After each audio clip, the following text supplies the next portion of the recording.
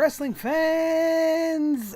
Hey yo, and what is up? Thank you so much for joining me here again on the channel today. My name is Nick Nightmare. With me, as always, is the world heavyweight champion of microphones, Blue the Snowball Microphone. And tonight we had Monday Night Raw from San Jose, California. It is September the 18th, 2017, and Monday Night Raw continues to just be the most difficult show to get through every single week. It wasn't necessarily an atrocious show. Let me get my pronunciations out there.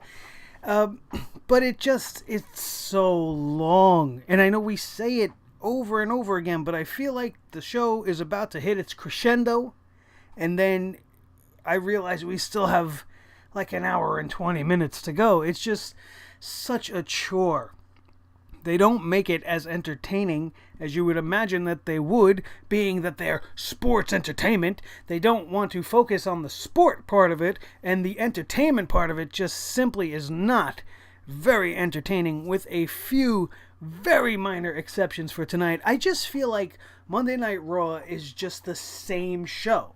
Like, they had one pretty good show a couple of weeks ago. It wasn't a great show. It was just a mildly good show, and then they just copy and pasted the formula ever since then. Ever since Cena and Reigns had that first worked shoot promo that got everybody all up in arms, they've just repeated it over and over again, and has taken the same segment, the same idea, and transferred it over to other storylines, as like The Miz and Kurt Angle are skirting around these weird little, fake, though, because it's not his real son, like controversial storylines. Last week we had The Miz go off on Enzo Amore. We had Enzo Amore completely get fucking laid out tonight by Braun Strowman. It's like poor Enzo Amore is just kind of being written off WWE. I do not expect him at all to even put up a fight against Neville for the Cruiserweight Championship at No Mercy this coming Sunday. It's just going to be another squash of Enzo Amore, and I just feel like they're waiting to let him go at this point. Everything that we've heard up until now would lead to that point. Like, they're just done. They're done with Enzo Amore. And the saddest part to me about the whole thing is, here was a guy with a lot of potential. We don't really know what his wrestling ability truly is. Even in NXT, he didn't really have that many matches. He was always in a tag situation with Big Cass, so I never really got to see Enzo Amore and what his abilities even entail as far as his wrestling goes. Sure, he can get thrown around pretty good, but any little guy can get thrown around pretty good. I just don't understand it. You had a guy that was on a rocket ship to the moon, and you took him and made him a literal pile of dog crap. Just laying there, and it's old and stale, and it's turning white. You know what I'm talking about. Absolutely terrible. Poor Enzo Amore. I know a lot of people are down on him. Everybody's getting annoyed with him, and all the backstage bullshit that we hear are making fans and people turn against him. I happen to truly enjoy Enzo Amore. I think his shtick is great. I think the gimmick was great. I think they just did not allow him to wrestle. They didn't give him tag team gold with Cass, so he just seems like the same old song and dance every single time. It pretty much is. Today, what he said was just a bunch of nonsense until he decided to tell everybody that he's gonna take the Cruiserweight title from Neville. And then you had Braun Strowman just come out and completely annihilate him, drag him back to the ring, and just Braun Strowman him. It was fucking brutal, and it is just senseless. Why are they continuing to just bury this poor guy? If you don't like him, just leave him off the show. Why do we have to be subject to something like that, which doesn't make any sense? It takes away from the show. It did absolutely nothing for anybody involved. You're talking about Enzo Amore. Is it impressive that Braun Strowman took him out? This is a guy that's going one-on-one with the Beast Brock Lesnar. You want me to care that he took out Enzo Amore just because he's in a bad mood? It made absolutely no sense. He walks back to the ring. He walks back to the backstage, passes by Neville. There's an interesting little stare down between the two. It almost looked like Braun Strowman and Mini Strowman. They were very similar looking to me for a moment. Maybe I'm just fucking nuts, who knows. But I didn't care for it. I don't understand it. There's just so many things that that Monday Night Raw tonight was fucking ridiculous. Can somebody please tell me what the point of having Bayley come back is? Even if the whole fucking arm thing was a work. Alright, obviously it was. Nobody's going to come back that soon.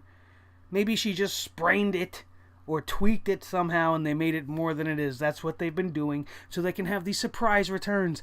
But in this scenario, it makes even further confusion in my brain. Because I want somebody, one of you please, the comment section as always is yours. Somebody fill me in and let me know what the hell did Bayley do to deserve to be inserted in this title match? She's been doing nothing but losing on Raw before she got hurt. Sure, she was in this program then, but that doesn't mean you have to put her right back in there. How long has it taken Finn Balor to get back into the world title picture? The Universal title picture? Bayley's got to come back and be right involved in a match that's already got 4 competitors in it? Are you fucking kidding? Come on. It makes no sense. Her coming back makes no sense. And what makes it even more confusing is at the end of this match, there was a sort of a feeling in the air that somebody was about to make a move. Somebody was about to turn. And then for a quick moment I said, oh, this might be interesting, because the reason to bring her back, maybe they're going to try to turn Bayley heel and go the opposite direction of having Sasha Banks turn heel. At least it would have been new and different and something interesting. They definitely teased it.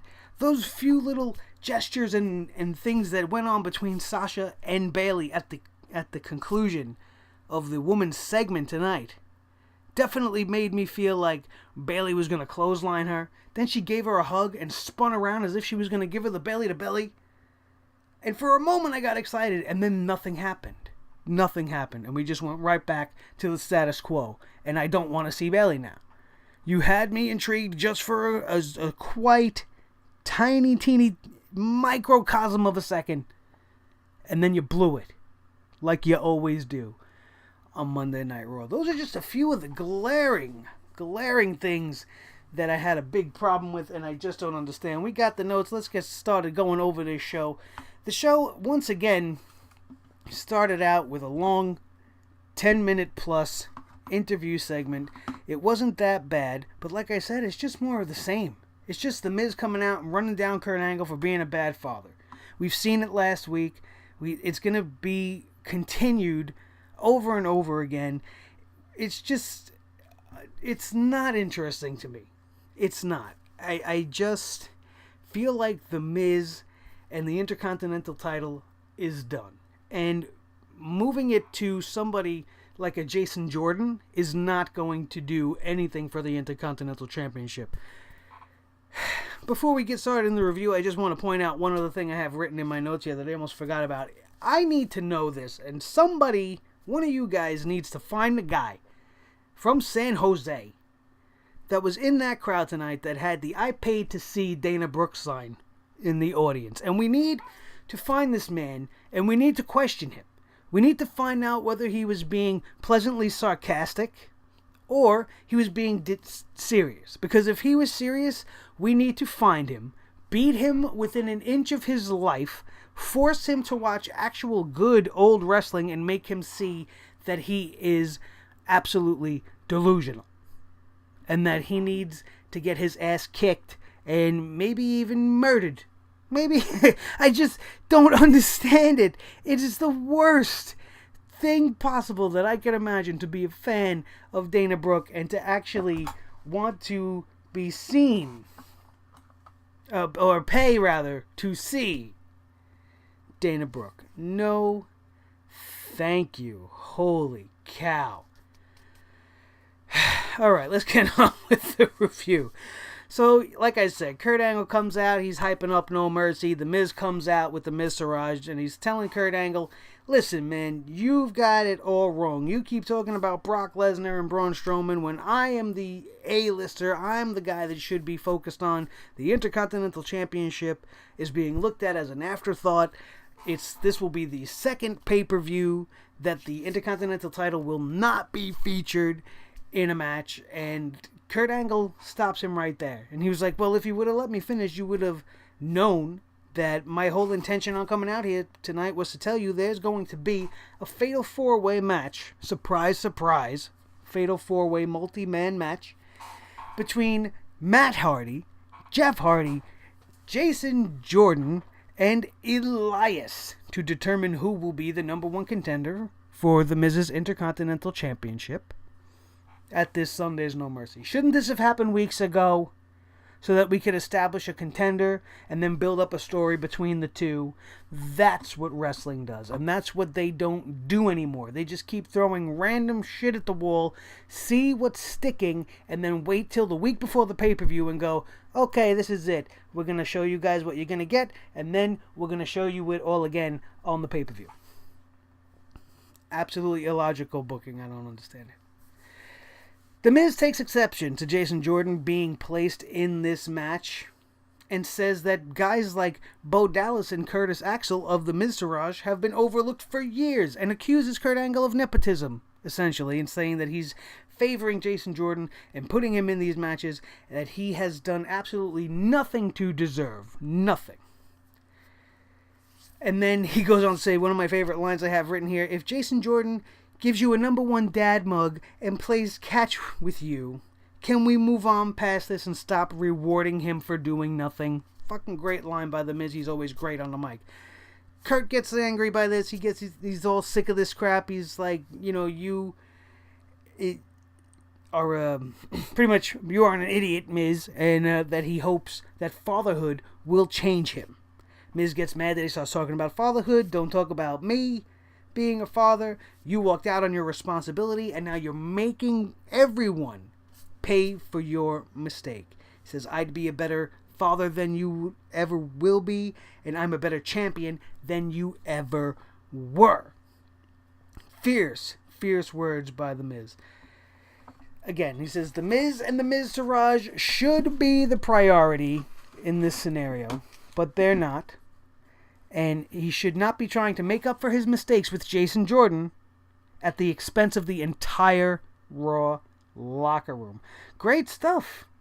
But it's all stuff we've kind of heard already before. And these fourth wall moments, if you do them all the time, nobody's going to believe them anymore. Even though you're doing a fourth wall type moment in an absolutely fake and false and fictional storyline. Which kind of is annoying. When you do it in the real situations, it's fine. But when you're trying to insult my intelligence and have Kurt Angle saying things like, my blood runs through your veins, Jason Jordan, I want to smack somebody. Because, come on, we're not that fucking stupid. So this whole thing ends up that The Miz gets Bo Dallas and Curtis Axel inserted into this Fatal 4-Way. It's now a 6-pack challenge to see who will go on to face The Miz at No Mercy for the Intercontinental Championship. At the end, I was very underwhelmed. I would have much rather them go with like a one-on-one situation. I'm so tired of the multi-man stipulation just because they don't know what to do with everybody, so they just keep throwing everybody all together, and it's making me friggin' sick.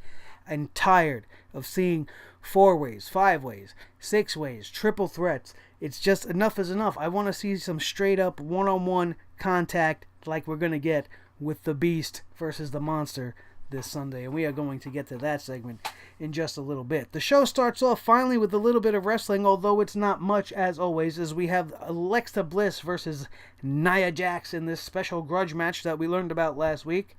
At the very beginning, Alexa was playing cat and mouse with the big lady, and she pretty much played cat and mouse the whole time. She tries to escape and go to the back, but Sasha Banks would come out and stop her from doing that, back Alexa Bliss up right into Nia Jax, who would deliver a devastating blow to the little princess that I love so much and knock her down to the floor, and then we would go to commercial. Of course. We would come back from commercial. The match goes on for about 2 more minutes. Nia Jax squashes the champ with an absolutely vicious Samoa drop and gets the pin on the champion. Again, as we've said on this show over and over again, I hate that. She is the heavyweight. I'm sorry, I do that when we talk about the women. It's not heavyweight. She is the women's champion of Raw. And she is getting pinned. I don't care how big and bad you are. There's no reason why Sasha Banks couldn't have jumped in there and got involved and caused a disqualification. You wanted Nia to win that match, that's the way you could have done it. Have Sasha attack Nia, Alexa loses by disqualification, never tainting the champion's reign. But no, we have to make our champions look weak. We have to make our champions look like they're nothing. That's why Jinder Mahal is the heavyweight champion of the world. He's the biggest, weakest nothing of them all. Just because you look like a jacked up, giant, erect penis doesn't mean you should be the world heavyweight champion. I digress. Nia Jax gets the pinfall here, like I said, only to have Bayley return. And the only interesting moment of this whole thing was, like I said, the three girls, Bayley, Alexa, and Sasha, would turn on the giant Nia Jax and triple spear her to the ground, making her leave. After this, nothing else happened besides an attack on Alexa Bliss by Sasha Banks and Bayley when Alexa was trying to act all friendly and cool with them and holding hands with them, raising their hands in victory. They were like, we ain't going to have any of this. And then they took 5 Feet of Fury down. She would end up walking away, leaving a perfect opportunity for either one of these girls to step up and smack one of the other ones down. Even if it was Sasha in that moment, that was the prime spot for somebody to turn and make this interesting. But of course they didn't. And we just have a returning Bayley, and we would have an announcement to tell us that Bayley will be in this match with the women that was already a fatal 4-way, that is now a fatal 5-way, that I literally just said to you I can't stand the fact that we're going to see one here tonight on Monday Night Raw, and now we're going to get another one for the ladies again at the pay-per-view because they just don't know how to book a wrestling show anymore. So we're just going to throw everybody in one match because we're not creative enough to come up with different ideas for every individual talent. The promotional package team, once again, are the all-stars of Monday Night Raw. I have said this time and time again on my show, and tonight was an absolute definitive case-ending argument to the fact that without the promotional team, there's no reason to watch wrestling at all. There was an absolutely amazing promo package highlighting the rise of both Braun Strowman and Brock Lesnar and the path that led them to their collision at No Mercy. They showed you Brock right from the beginning, from 2002 and on, when Paul Heyman declared he was the next big thing, all the way up until his triumphant return and his defeat of The Undertaker at WrestleMania. They did the same thing for Braun Strowman. They showed how he was plowing through the competition and how he took out all the biggest names that he could on his way to this one-on-one collision with the Beast, the Universal Champion Brock Lesnar. It was fantastic.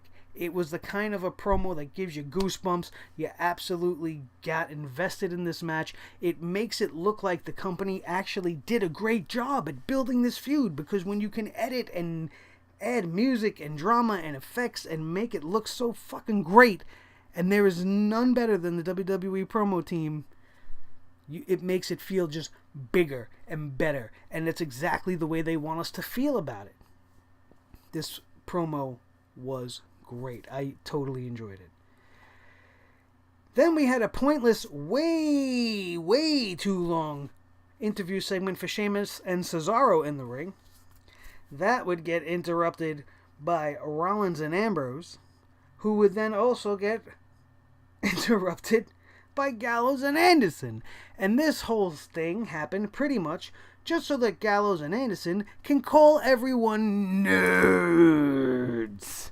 Which does make me laugh. I don't mind the nerds line. It doesn't bother me. But there's got to be more to them than that. Very similar to my argument with Breezango. Gallows and Anderson have been used as nothing but comedy foil. They have won very, very rarely in the ring. And occasionally they do win a very big match. But they have been nothing but glorified jobbers. So, by having this impromptu triple threat tag team match, because of course this trio of tag teams end up getting under each other's skin and starting an in-ring brawl, as always. And then suddenly during commercial, I guess Kurt Angle came out and made it official. I don't know. And we have this triple threat multi-team match. Way too long. It was a good match. It had a couple of great spots. We actually saw a Magic Killer, and Gallows and Anderson were very, very close to a pinfall, but it would get broken up by Sheamus, I believe. The whole point of this match, I couldn't tell you. We all know right from the beginning, Gallows and Anderson, the only reason they were in this triple threat match was so that they could get the pinfall. You're not going to have Sheamus and Cesaro get pinned because they're the number one contenders. They need to look strong. You're not going to have the champs get pinned. So why are Gallows and Anderson there? To lose this match, which is exactly what happened. As Dean Ambrose would hit Carl Anderson with the dirty deeds, and then Sheamus blind tags himself in, gets rid of Ambrose, and scoops up the pin for him and his team. Sheamus and Cesaro come out with the win. The match was pretty good. I'm just really a little tired of seeing this particular grouping, rather. It's not a pairing, God forbid. It's a whole entire group of superstars, and it's just the same thing over and over and over again. How many different ways can we make Sheamus and Cesaro fight Rollins and Ambrose before we get to this World Tag Team Championship match at No Mercy? I see more to it than that. There's only 3 teams as it is. You're not including the Hardys in the tag team division anymore, I guess, even though they're still pretty much a tag team. I didn't understand why there's no variety, but then I remember there are no tag teams. We go back to the backstage and we see The Miz again, and he's backstage pumping his boys up, trying to get them excited about the possibility of having a shot at the Intercontinental Championship, but to not lose focus on the fact that the main reason they are out there is to make sure Jason Jordan loses and does not earn himself a title shot. Pretty standard stuff. And then, although most of the promo he was doing was about himself, and Dallas and Axel would call him out on it, and Bo Dallas was like, hey, listen, I'm a second-generation star, he's a second-generation star, his father was a former Intercontinental Champion. You know, this is about us. This is about our shot. Let's stop talking about you so much. And The Miz was like, you know what, you're right. But let's not get too far out of hand.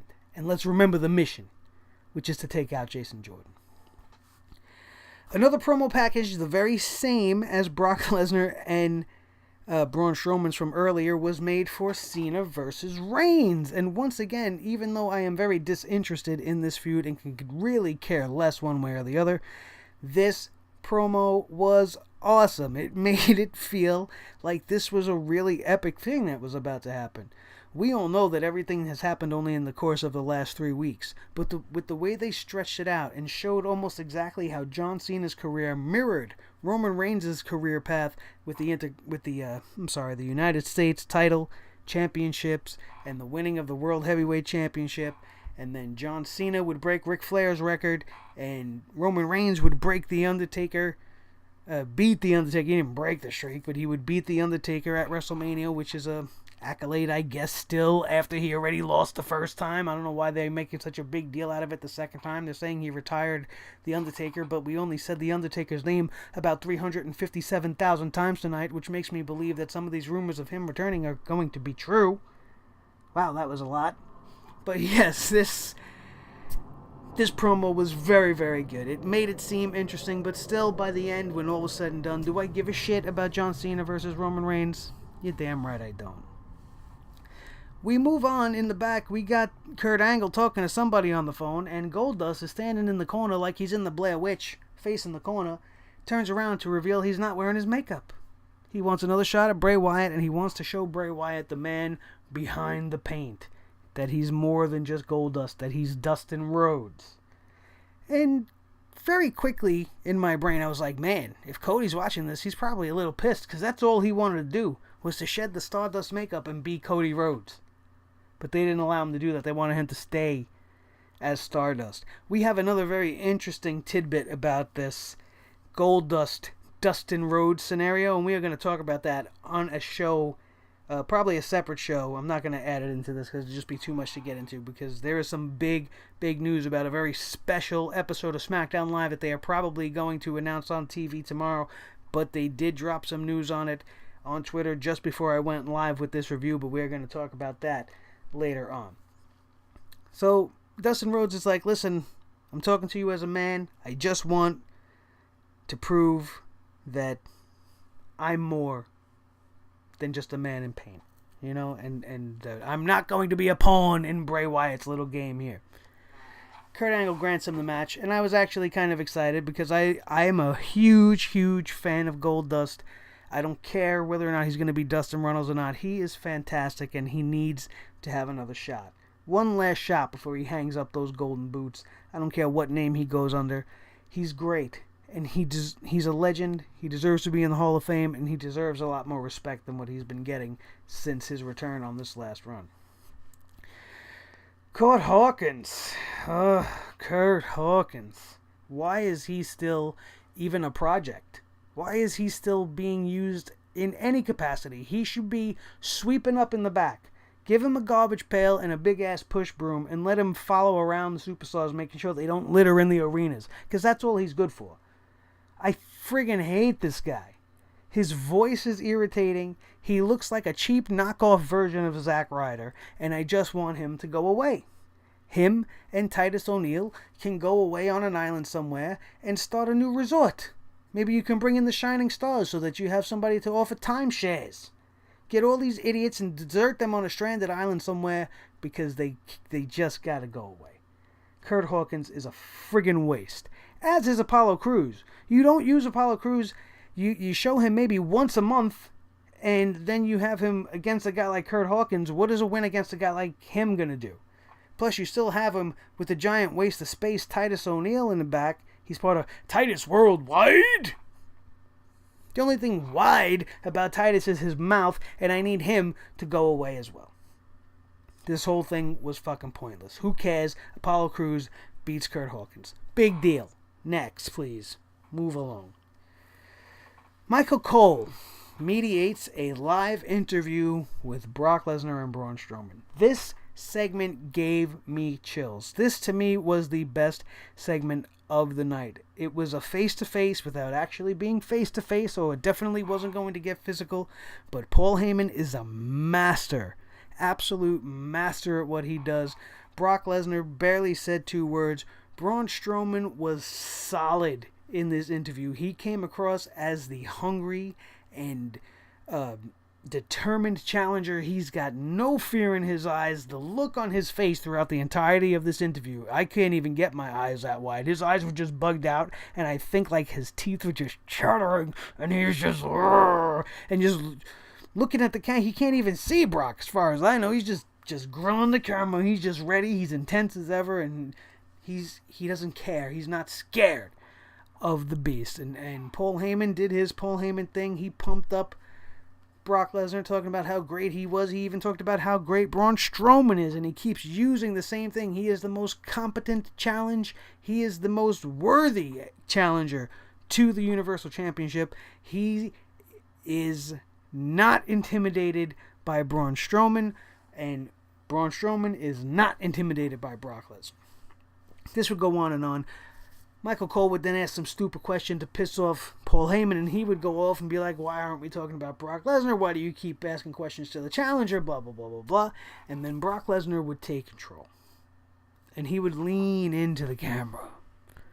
And very quietly, very ominously, he said, Braun Strowman, I want to thank you for backing me into this corner, because that's when I'm at my best. See you Sunday. Suplex City, bitch. And it's just the absolute perfect cherry on top. You couldn't have done it any better. Everything Strowman said was great.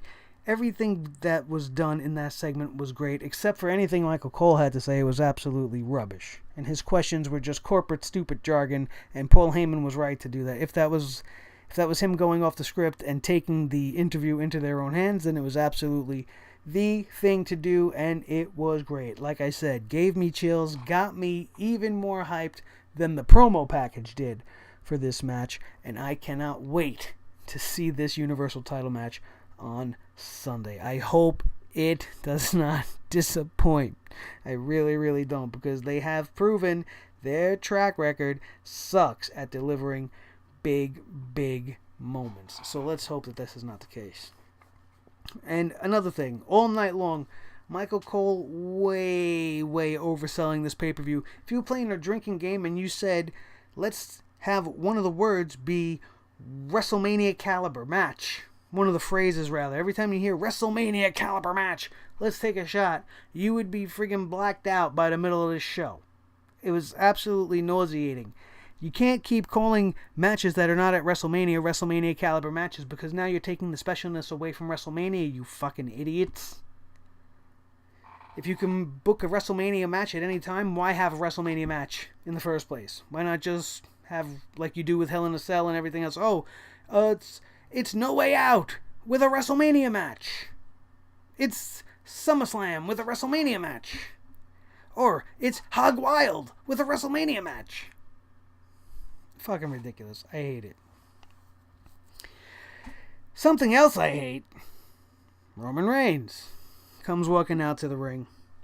And the most interesting part about this whole thing, and I tweeted it out on Twitter if you were following me during my live tweets during the show, wasn't very much, but the few things I did say, this was one of the ones I want to point out. It's sad to me that Roman Reigns came out to do this promo, right? And very clearly, just like every week, he's stumbling through his lines. He's forgetting his words. He's laughing. He's taking awkward pauses in weird places.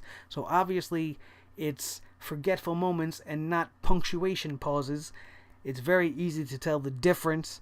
And I just thought it was quite interesting that in order for the WWE to truly get the message across that they were trying for Roman to portray to us, the character they want him to be, the things that he's supposed to be saying and how he should be carrying himself, in order to get that across, they pulled old footage from John Cena when he was going up against The Rock. When The Rock was being John Cena at the time, going away for Hollywood, coming back for a minute, going away for Hollywood, coming back for a minute, and now that's what John Cena's doing. He's going away for Hollywood, coming back for a minute, and Roman Reigns can't cut a halfway decent promo, so they had to go back and pull that piece of footage so that everybody knows this is what he means, you guys. This is what Roman Reigns is trying to say. So he's going to pull it up to show you, and he's going to use the calling John Cena a hypocrite thing to justify playing the clip in the first place. Well, I'm going to show you how he's a hypocrite. Watch this, because this is how I feel about John Cena. I can't say it myself, because I got a pineapple for a brain, and I got these guys sending me scripts that I can't read, that aren't who I am, and I can get this out way better without all the words that you're giving me that don't sound natural, because I don't talk like this, but you don't let me do that, because I'm the company guy. I'm the next John Cena, even though I don't want to say it, but you're not letting me be the way they let John Cena be. He has to follow the line, he has to follow that, so he sounds like a coconut head, and I hate it. Comes across as disingenuous. He threw Alex Riley under the bus for some strange reason. He goes out and it's like, I'm not John Cena. You know, you can't compare me to John Cena. I'm not some jacked up white dude with a flat top. Just ask Alex Riley. What? Alex Riley? He's been gone for like 3 years. Why even bring him up? What does that mean? We're going to have to look that up and get back to you guys on that. But taking that footage from the once-in-a-lifetime Rock versus Cena build in order to get the point across. There's no clearer way to put it than that. Why else would they show that? Why? Because Cena wasn't on the show? So they had to get him on the show somehow? So let's put an old promo on there? You couldn't have let him film a segment? Do what you did with Brock? Have him over in LA on the movie set talking shit? But why? Essentially, that's all they're doing is talking shit to each other every week. Like I said at the beginning of the show, it's just the same shit over and over and over again. And I'm just done with it. Promo again, for him, way too long. Way too long. And this guy just has trouble mesmerizing his script. His lines were awful. I'm done with it. Renee Young was backstage with the Hardys. Matt Hardy has still not been awoken, apparently. And this was a pointless interview where Renee would just ask them, what's going to happen if you guys are the last two? What do you think's going to happen, Renee? They've fought each other before. They'll fight each other again. And no matter who wins, they'll hug it out when it's over because they're brothers. And that's glorious. Okay? That's just the way it's going to be. Goldust versus Bray Wyatt. Way too short. Goldust looked great. I love to see Goldust. I keep hoping for that serious push, but I just don't think it's going to happen. Bray Wyatt beats Dustin Rhodes. Who didn't know that was going to happen? Everybody knew that was going to happen. Who knows where it's going to lead to? I hope that's the last we see of his interactions with Bray Wyatt. Let's just be done with it. Let him go to Finn. Let him finish off with Finn. Finn Balor would come out when this match was over on the Titantron and say a bunch of stuff. And it's man versus man. I hate it. I hate it. It's just, I need it to be over with. Two of my all-time favorite newcomers in the last 3 years, Bray Wyatt and Finn Balor, and they are going one-on-one in a feud right now that I just can't stand it. I don't want, and I don't care. I don't want to see it, and that's an absolute goddamn shame. It's a goddamn shame. And it's all their fault on how they book and do things in the WWE. After this, we had the Enzo Amore attack by Braun that we spoke about earlier. Neville came out past the big man, goes onto the ring to face Gran Metalik. We're going to have a Cruiserweight Classic match here. Same old 5-minute Cruiserweight Classic bullshit. I loved Gran Metalik in the Cruiserweight Classic. He was super, super impressive, and I loved his look, and I thought he would be a great second coming of a Rey Mysterio because Sin Cara didn't get the job done. You know, Kalisto's not getting the job done. I think Gran Metalik would have been the one to really be featured better and could actually perform to the ability of a Rey Mysterio or better. But they pigeonholed him to the 205 weight limit, and he's on a cruiserweight division, and that's going to be it. Both of these guys, even Neville, being very, very wasted on this 205 Live cruiserweight division show. A couple things of note. Neville ripped Metalik's mask in such a way where you can kind of see his face. I don't know whether that was intentional or accidental. I certainly hope that it was intentional, because losing your mask in Lucha Libre or having your face revealed is a very serious thing, as we talked about in our last news episode with what happened with the Princesa Suhei. The mask in Lucha Libre is almost sacred. It is sacred. It's not almost sacred. It is a sacred thing, so to have it ripped mid-match, I'm sure it's not the first time that's ever happened, but it definitely took my eye. You know, it got my attention. And Metalik doing his 1-foot springboard senton to the outside from the inside of the ring, which we have seen every time he does a match. And it's always a thing of beauty. Very, very impressive. But, of course, Neville would win this match, and that would be the end of it. 6-pack challenge. Finally. See how long, like, even my show feels long. I feel like I've been talking forever, because this show just kept going on and on and on. 6-pack challenge. By the time we got to it, it had 8 minutes to wrap up. The main event of the show, 8 minutes. This should have easily been the 9 or 10 o'clock spot, even though there was really not much other wrestling on this show. I would have actually been, let me see, probably the triple threat tag probably would have been the better main event, even though I think that was the main event last week. But to have this 6-pack challenge be the end, it just didn't do it for me. I know, and I hope that the reason they're doing it is to position the Intercontinental Championship in a main event picture, because, you know, maybe Brock Lesnar is going to beat Braun Strowman and he is going to go away, and he really is not going to be back around until the Royal Rumble, which is an absolutely sickening statistic to read and to think might actually be a reality. And I'm not very happy with it at all, even though I love Brock Lesnar. But now would be the time to put the title on Strowman and focus the company on that. But if you're not going to do that, inserting the Intercontinental Championship as your number one title on the show while the Beast is away would make the most sense. And this would look to be the first little baby steps in that direction.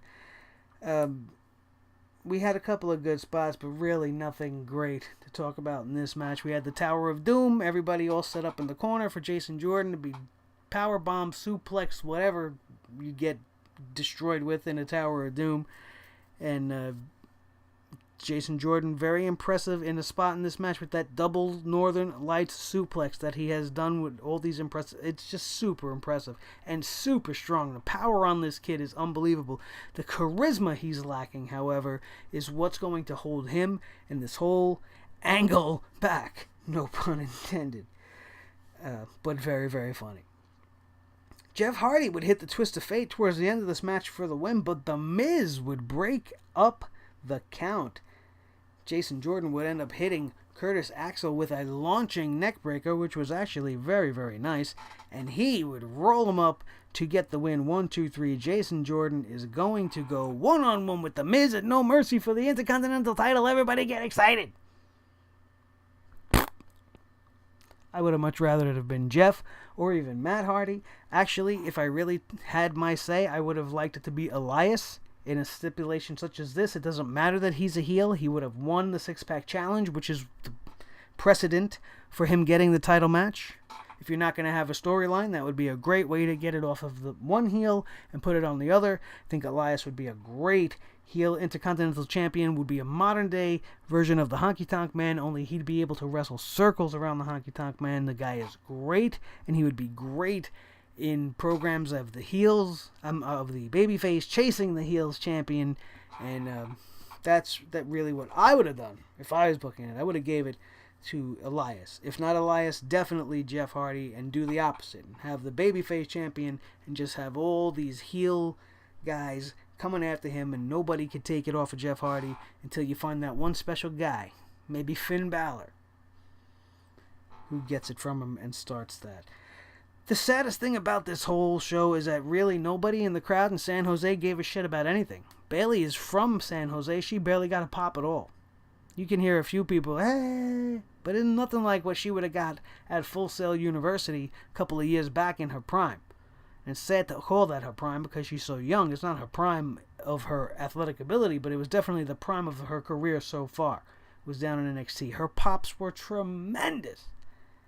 Now her pops are just like, hey, it's Bayley, nobody cares. Same would hold true for most of the matches on this night, especially at the very end. Jason Jordan comes out to absolutely no reaction still. He won this thing and nobody gave a shit. Nobody cared. Nobody jumped out of their seats all excited. Kurt Angle's son's getting... Nobody cared. Nobody cared. They cared even less about what happened after the fact when the Miztourage and the Miz would end up just absolutely decimating the adopted Angle son, and would end up standing over Jordan, holding the Intercontinental Championship proudly. Absolutely no one cared. The sound of crickets is all you heard. And if you heard any crickets during this broadcast, that's because I think there's a cricket in the wall. Or it's right outside my house. I was hearing it like crazy before. I actually haven't heard it. But if you heard a cricket chirp, it definitely wasn't me. I don't have a pet cricket. And I know sometimes people call me Cricket. And it was a nickname of mine, especially to my two very best friends in the world. But it wasn't me making no cricket sounds. All the crickets you heard tonight were mostly in the crowd of Monday Night Raw.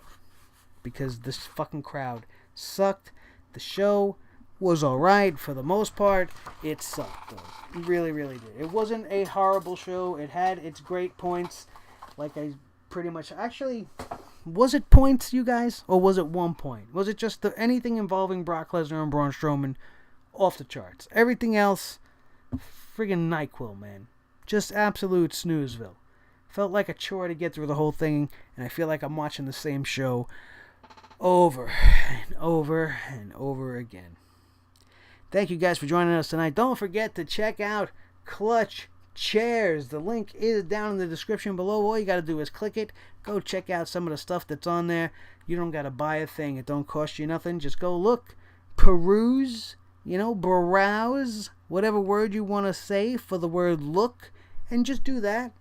Then close it out and go away and do that whenever you feel like it. Just do it. Just like I would also like you to hit that thumbs up if you enjoyed today's broadcast of the Raw review for September the 18th, 2017. If you are not part of the Sledgehammer Club family, please do not hesitate to subscribe. Hit that subscribe button.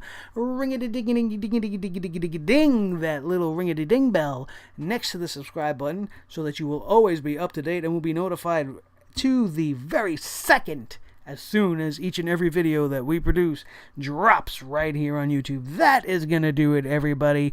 My name is Nick Nightmare. This is the World Heavyweight Champion of Microphones, Blue the Snowball Microphone, and we are out of here. And we will see you next time right here on the Sledgehammer Wrestling Show. Have a good one, you guys. We'll see you tomorrow for some SmackDown Live. And don't forget to keep your eyes on the channel for some very special upcoming SmackDown news. We'll see you then.